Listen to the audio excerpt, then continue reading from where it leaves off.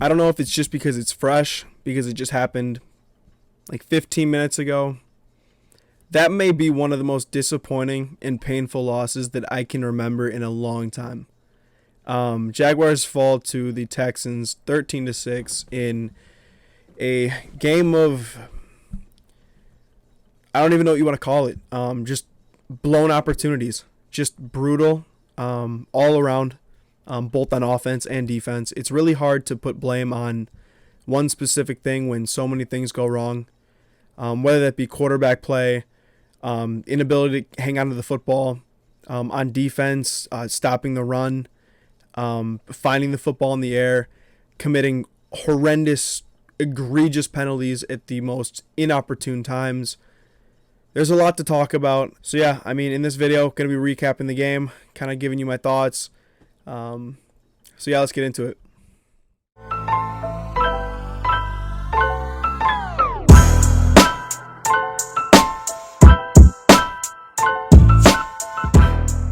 Yeah, I don't know how you guys feel, but for me personally, I prefer the bad news first and then to go with the positives later so you can end off on a high note.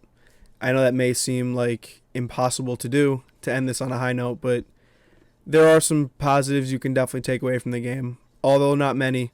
Definitely the negatives outweigh the positives, unfortunately. But there's definitely things I can talk about. But I just want to read off some things because if I were to read these off to you before the game, I mean, at least I personally would have thought we would have won by 20 plus. I want to read this off. We had 22 first downs to their 15. Ran 20 more plays. Had more total yards, 422 to 248. Had 1.4 more yards per play. Our 5.8 to their 4.4. We threw for 286 yards. They threw for 132. We outrushed them 136 to 116. And the time possession was basically split. I mean, no matter how many times I read this, it's not going to put more points on the board. The game's over. But the fact that you lose a game outplaying them in yardage standpoint it's ridiculous. You put up 422 total yards and are walking away with 2 field goals against Houston. I know we just lost to them, so it's really tough for me to talk shit, but it's Houston. We just gave them their first win. Completely outplayed them in team stats. But if you were watching the game, it couldn't have felt further from it.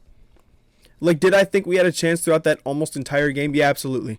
It was a one-possession game. It was a pretty gross game all around. They were really struggling through the air, but really dominating us on the ground. I figured, we got a good defense. We'll stop the run eventually. Dameon Pierce will slow down. He only got stronger, and we just got weaker, mentally as well.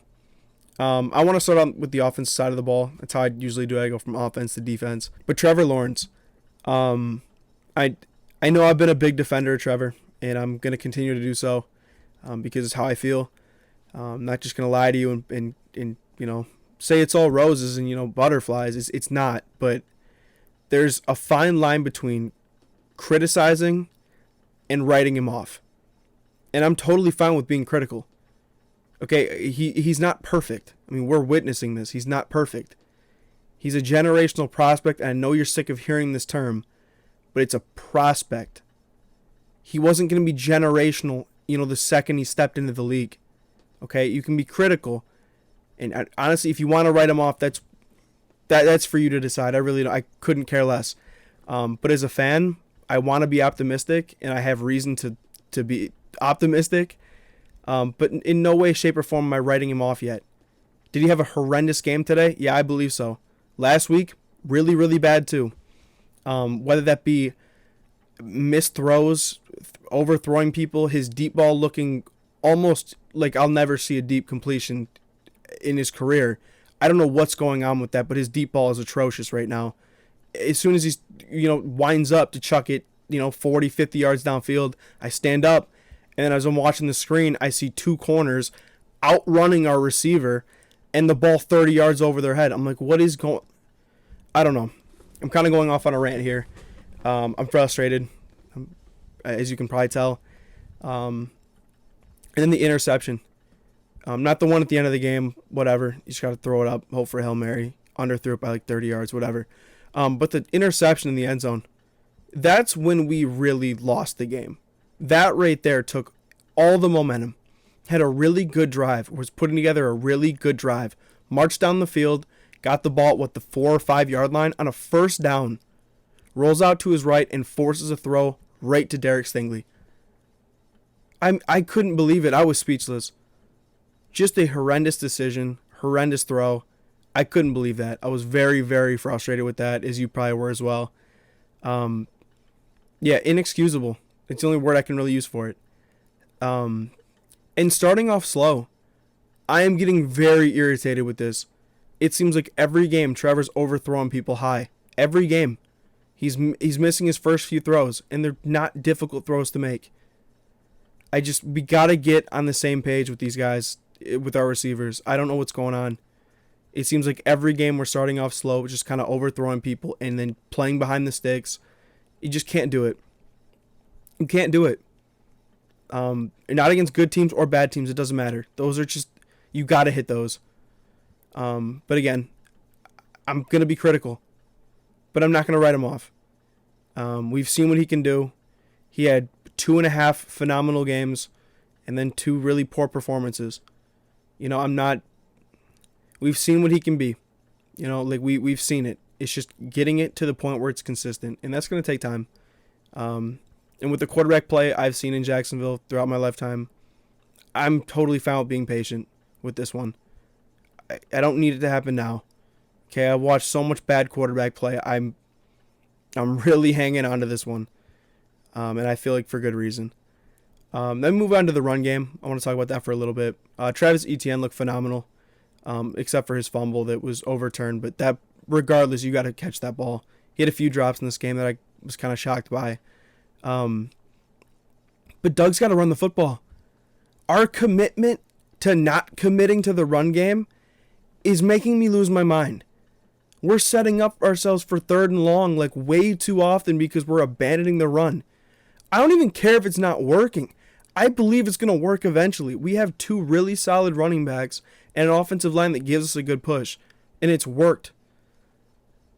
Especially in the red zone. Run the ball, Doug. Run the ball. Run the ball. Run the ball. I don't know. I saw a tweet that said in this press conference today that he saw that Etienne was kind of balling out and he regretted not giving him more touches and then he wants to commit to running the ball more. Then do it. Please, God, do it. It's so beneficial. It helps us, gain consistency, establish momentum. It'll give Trevor less pressure.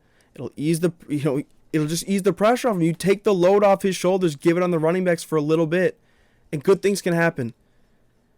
I don't know. Got to commit to the run. We have two really solid running backs who look really, really good right now. Give them the ball. I'm sick of seeing James Robinson just disappear. It's really annoying. So we got to commit to running the ball. Frustrated with that. Evan Ingram, I'm sorry, I jinxed you. I tweeted out that Evan Ingram, I heard people say he couldn't catch the ball. I don't understand why. And then he had, 2 pretty big drops later in the game.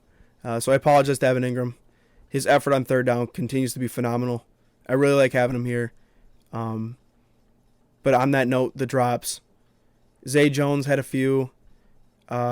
Christian Kirk was kind of a non-factor. I don't even really remember him doing anything except running in motion a few times. Marvin Jones was solid. He had a really nice game today.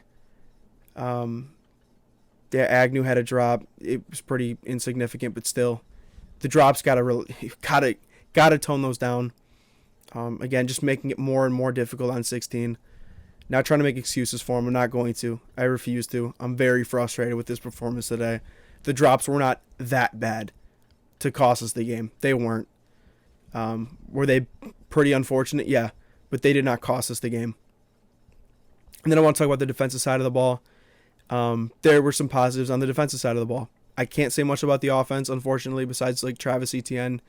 But on the defensive side of the ball, our linebackers are so goddamn fast. Foye Oluokun, easily player of the game, had a phenomenal day today. Devin Lloyd looked great, as usual. You could really make the case that he's the best player on this football team right now. He looks phenomenal all over the field. It seems like every tackle you see Devin Lloyd standing up because he made it. Andre Sisco laid some wood today. Corners I thought played well enough. Tyson Campbell continues to be incapable of finding the ball in the air. I don't know what's going on there. He's just in such good position so often that he's so valuable and so good. He can be amazing. He just keeps getting dunked on because he can't find the ball in the air. He just can't do it. You got mossed by Nico Collins. That cannot happen. I don't know. And then the pass rush. I think we had 1 sack today. I think it was Foyce Adeluakin. So even more reason to give him player of the game. Not many players did much, so that's really all it really takes. Foley Fatukasi is a huge loss. Oh my God. Our depth in the interior, no bueno. It was really obvious in that game against Philly. As soon as he was taken out, Miles Sanders is gashing us for 170 yards. It just can't happen. Elevated Corey Peters off the practice squad. I didn't see too much. Adam Gotsis continues to make plays. Pound for pound, Adam Gotsis is like when you look at NBA stats and you look at per 36 for a guy that plays 4 minutes and he drops 6 points. So he's averaging 98 points per game per 36. This is how I feel about Adam Gotsis. I feel like per snap, he's just he's a phenomenal player. He's incredible. I feel like every time I see him on the field, he's making a play, whether it be batting a ball down, a tackle for loss, a QB pressure. He just shows up. So I love Adam Gotsis. Number one fan of Adam Gotsis right here. Josh Allen, I didn't see too much.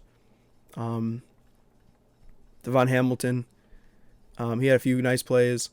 Chad Muma got some snaps today, which was cool. He almost forced a fumble, very close, and then recovered it, but it was overturned. Or not overturned, it was upheld. It was ruled down by contact. But yeah, I want to save Trayvon Walker for last. You cannot, and we all know this. I'm just stating the obvious here. You cannot do that. It's 3rd and 20 in a huge situation. Fine, take the 5-yard penalty. Then you throw him down. What are you thinking? Inexcusable. Just awful. I was so mad I didn't even know what to do. I was just sitting there frozen. I didn't stand up, didn't say anything. I just sat there frozen. I kind of feel that way right now. I literally could not believe that happened. Just a horrendous penalty. One of the most game-changing penalties I can remember in Jags history. Excuse the voice crack. Kind of lost my voice a little bit during the game. But yeah, just a horrendous decision that, they went down the field off that penalty and capitalized. And who would have thought they won the game off that drive? A Dameon Pierce touchdown. After he grown manned us for 20 yards. I don't know. Just really frustrating on both sides. Again, there are some positives. I thought a lot of the defense played really well. I don't really know how Trayvon played the rest of the game. I didn't even really look at stats too much there. Just the penalty is really sticking out to me and kind of points to me that is saying that I'm not going to say he cost us the game, but really close to it. So it kind of, even if he did have a good game, it's hard for me to say he had a good game. I'll have to look back at the stats and the pressure rate. I don't know. We had 1 sack. How good could it have been? Sorry, my dog just jumped on the bed. She really likes to do that when I'm recording. But yeah, I can't give you much more than that. We got Indy next week. Another divisional game. Jags dropped to, I believe, 3rd in the division. I don't think all hope is lost. We saw them destroy the Chargers and shut out the Colts, and then play a really good football game against Washington. We just couldn't finish that one. This team is capable of some really great things. It's just consistency on all levels. And that takes time. New coaching staff. A lot of new pieces. Man, that one sucked. Appreciate you guys clicking on the video. I know it wasn't a huge positive one. It's really tough to be positive right now about that. The season is not lost. It's not over. Pump the brakes. It's okay. Got more divisional games on the way. Make sure to leave a like. I really appreciate it. It helps the channel grow. And also leave a comment. Let me know how you're feeling. Are you rating the season off? How are you feeling about Trevor? I just kind of want to hear your thoughts. And make sure to hit that notification bell and the subscribe button so you get a notification every time a brand new video gets uploaded. I got a video coming out about the top 25 rookies that the NFL.com posted about a few days ago. It took a while to edit that one, but just want to make sure it was good. So that one should be coming out any day now. But again, appreciate you guys for watching. And as always, go Jags.